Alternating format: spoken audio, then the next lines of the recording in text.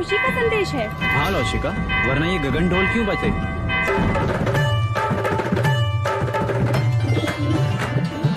एक ओर से आए राजा, दूजी ओर से पांडव भी। युद्ध हुआ रण में घमासान, अंत में जीते जो थे वीर। वो कौन है वीर? वो महाराज शुद्धोधन।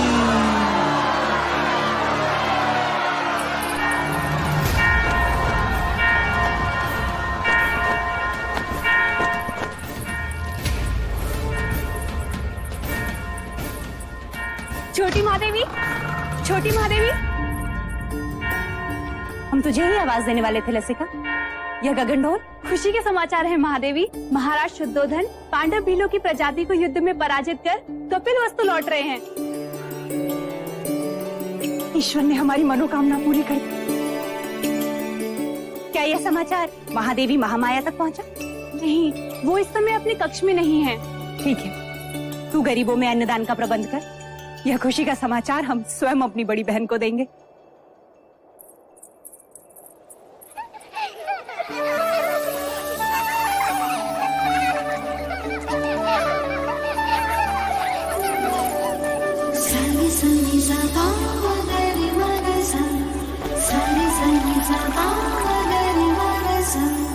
पकड़ लिया, पकड़ लिया, पकड़ लिया।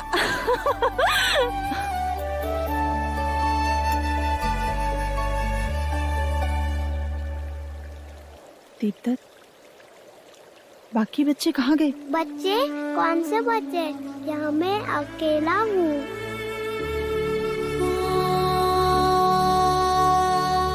ये क्या हो रहा है हमें? अब मैं जाऊँ? हाँ, कहाँ? अपनी माँ के पास। हाँ, पर आपने मुझे एक वचन दिया था ना? हाँ, वो तो मैं भूली क्या। तो फिर बोलो। बिना बोले मैं आपको जाने नहीं दूंगी। बोलो, बोलो ना। पहले अपनी आंखें तो बंद कीजिए।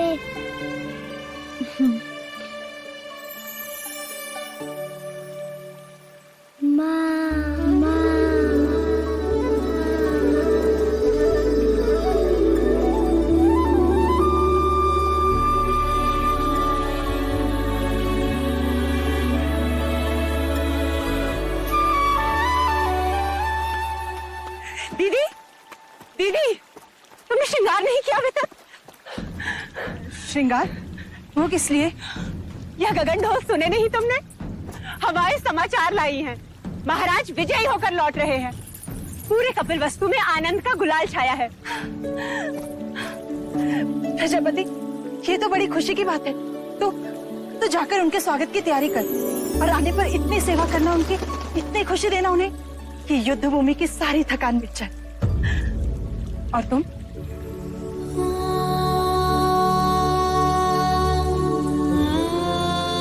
खुशी के मौके पर पांच का चेहरा नहीं देखते प्रजापति। दीदी, मेरा चेहरा देखते ही संतान ना होने का मेरा ये दुख महाराज का दुख बन जाएगा और मैं उनके दुख का कारण नहीं बनना चाहती। दीदी, तुमने महाराज से मेरा विवाह इसलिए कराया था ताकि महाराज को संतान सुख प्राप्त हो और कपिलवस्तु को उसका उत्तराधिकार। किंतु 4 वर्ष हो गए, मैं भी महाराज को संतान का सुख नहीं दे पाई। तो वांछ तो मैं भी हुई ना। ना प्रजापति, ना। मैं अपनी आशा के मुंह से अशुभ सुनना नहीं चाहती। और मैं भी तुम्हें इस हाल में नहीं देखना चाहती। इस वक्त हम दोनों का कर्तव्य है कि हम मिल के महाराज का स्वागत करें और उनकी खुशी को दोगुना कर दें। क्या चाहती हो तुम? बस इतना कि जब महाराज आए तो तुम उनका स्वागत पूरे 16 श्रृंगार के साथ करो और महाराज बस तुम्हें ही देखते रह जाएं। महाराज की, महाराज की, महाराज की, महाराज की, महाराज की, महाराज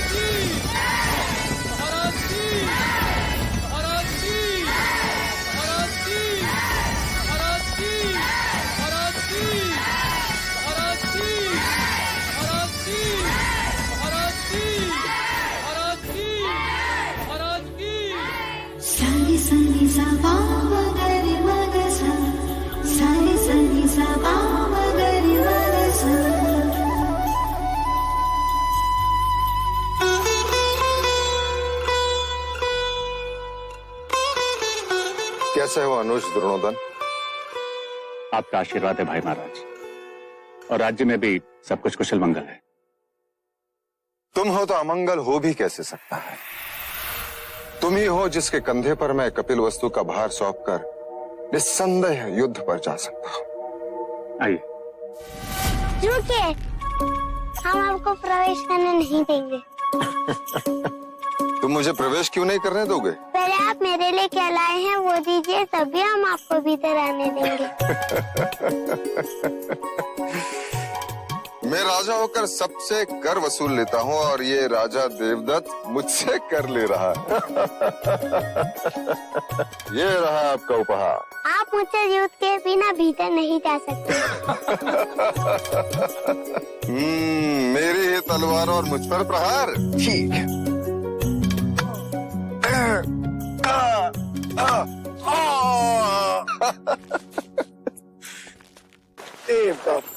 अप्रतिम।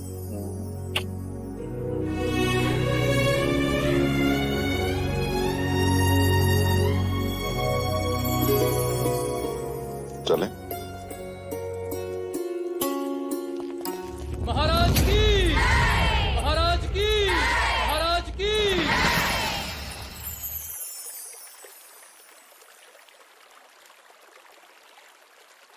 बहुत पीड़ा हो रही है।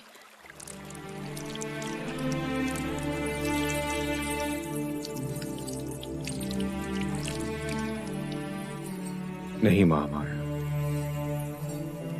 ये पीड़ा उस पीड़ा के आगे कुछ नहीं जो भाग्य ने हमें दिया है। कहने को तो सब कुछ है हमारे पास, परंतु देखा जाए तो कुछ भी नहीं। दो ब्याह करने के पश्चात भी हम निसंतान हैं। आपके दुख का कारण है। ईश्वर के यहाँ विलंब है, अंधकार नहीं। कुलगुरु वाचस्पति ने संदेशा भेजा है। शीघ्र ही ऐसा योग आएगा जब सूर्य उत्तरायण में प्रवेश करेगा, चंद्र कर्क लग्न में होगा, शुक्र मीन राशि में होगा, पुनर्वसु नक्षत्र होगा। ये वही नक्षत्र है जिस नक्षत्र में भगवान श्री राम का जन्म हुआ था। इस योग में पुत्र कामेष्टि यज्ञ करवाने से हमें हमारी प्रार्थनाओं का फल अवश्य मिलेगा देव। हम तो केवल आपकी गोद में अपने पुत्र को देखना चाहते हैं माया। हमारी गोद तो भरने से रही, किंतु देखिएगा शीघ्र ही प्रजापति की गोद अवश्य किलकारियों से भर जाएगी देव। तथास्तु।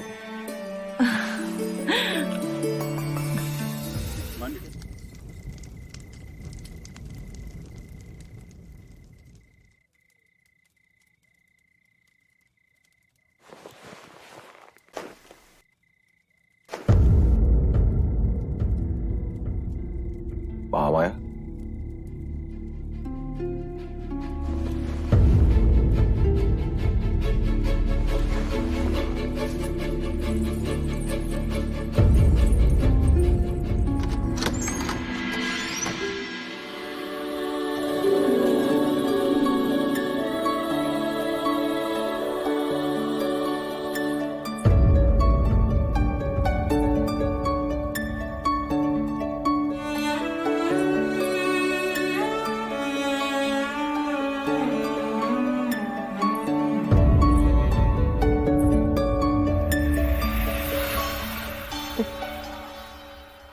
जी पहलाने को पुत्र क्या दिया, महादेवी तो उससे खिलौना समझ बैठी है। अरे महादेवी, आप इस वक्त यहाँ? वो हमें नींद नहीं आ रही थी तो सोचा एक क्षण देवदत्त को देखाएं। हाँ देवी। बिल्कुल ठीक किया। मेरा देवदत्त आपका पुत्र ही तो है।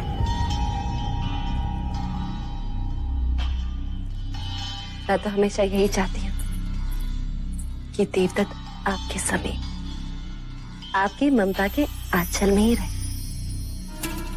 महादेवी,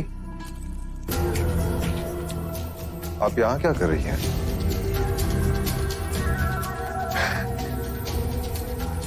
महाराज, मैं समझती हूँ महादेवी की व्यथा। हो जाता है ऐसा कभी कभी। जो चीज नहीं होती उसकी इच्छा प्रबल हो जाती।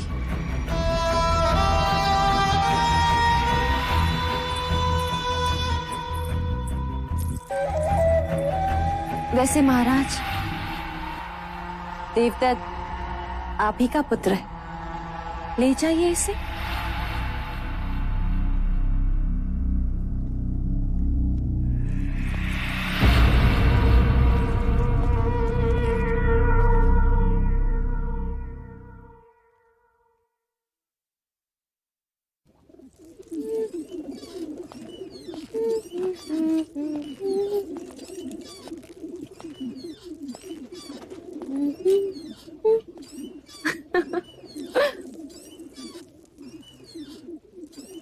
देवदत्त कहाँ है मंगला? महाराज के पास। यही बात अच्छी नहीं लगती। जब भी मैं अपने पुत्र से मिलना चाहता हूँ, या तो वो महादेवी के पास होता है या फिर महाराज के पास।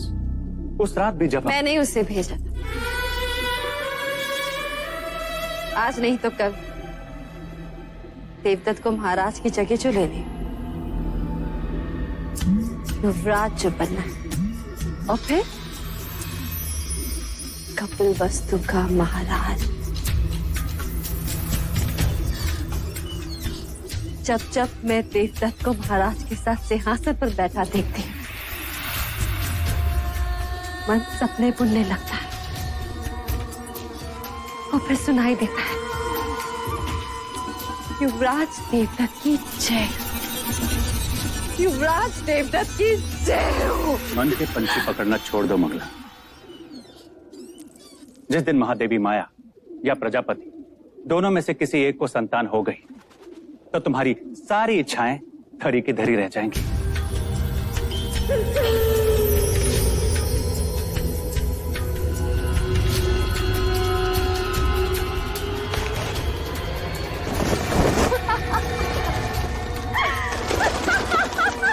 अब क्या हुआ? देखो,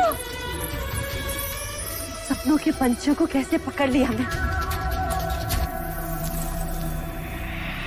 ये उनके सपने थे और मेरा चाव। उन्हें संतान प्राप्त होना असंभव है आज। उसी असंभव को संभव बनाने कुल गुरु वाचस्पति आए पुत्र कामेष्टि यज्ञ कराने के लिए। पुत्र कामेष्टि यज्ञ? ऐसे पुत्र कामेष्टि यज्ञ करने से अगर संतान प्राप्त होने लगे तो सारे संसार में आग लग जाएगी। कामुका जी देवी, इन पंछियों को पिंजरे में बंद कर दो। देवदत्त को तीरंदाजी में काम आएंगे।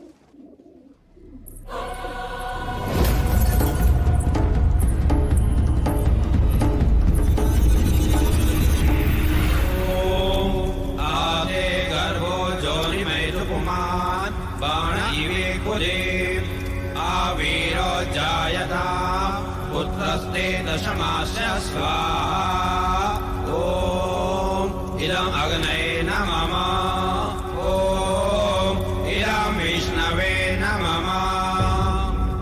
राजन, सभी देवी देवताओं और ग्रहों के बाद हम कुल देवता सूर्य देव का आवाहन करें। सूर्य देवता अपने कुल की रक्षा हेतु अपनी किरणों पर सवार होकर इस कमल को खिलाएंगे।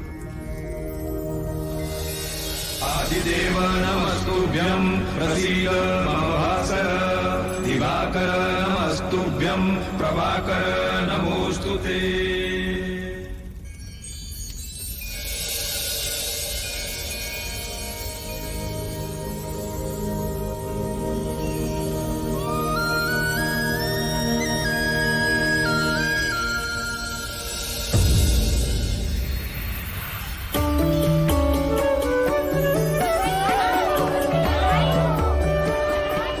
साधो साधो।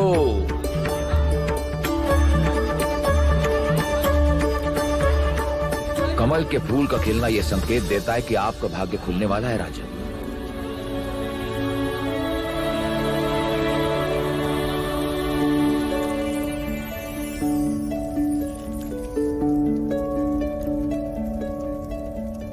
सौभाग्यवती भव, पुत्रवती भव। महाराज की, महाराज की, महाराज की।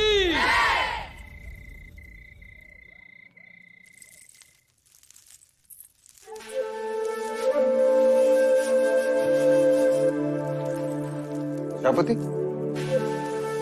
हम आप ही के कक्ष में आ रहे हैं। नहीं देव, हम चाहते हैं कि आज की अशुभ रात्रि आप महादेवी माया के साथ ही बिताएं।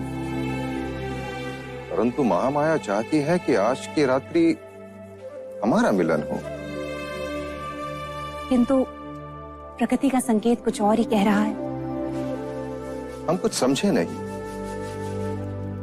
कुछ दिन स्त्रियों को अकेले ही बिताने होते हैं देव। आप जाएं। कल का सूर्य कपिलवस्तु में नई खुशियां लाएगा। आपकी रात्रि शुभ।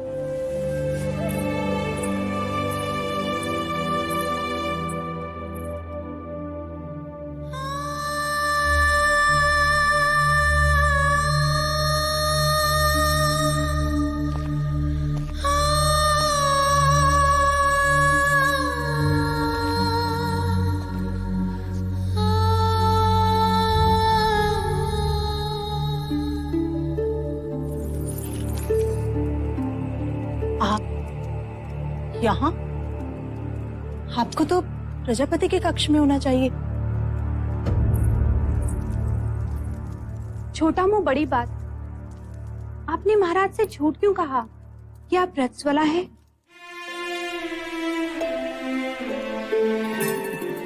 क्योंकि हम चाहते हैं कि कपिलवस्तु का उत्तराधिकारी दीदी की कोख से पैदा हो। उनकी संतान इच्छा इतनी प्रबल है, इस योग में भाग्य को भी विवश होना पड़ेगा।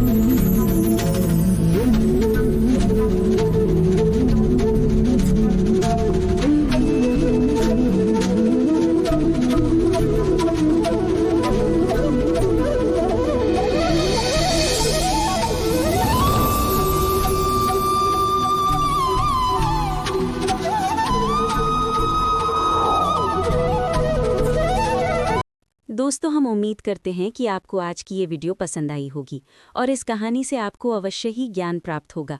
और ऐसी ही वीडियो देखने के लिए हमारे चैनल को सब्सक्राइब करें। हमारी पूरी वीडियो देखने के लिए धन्यवाद।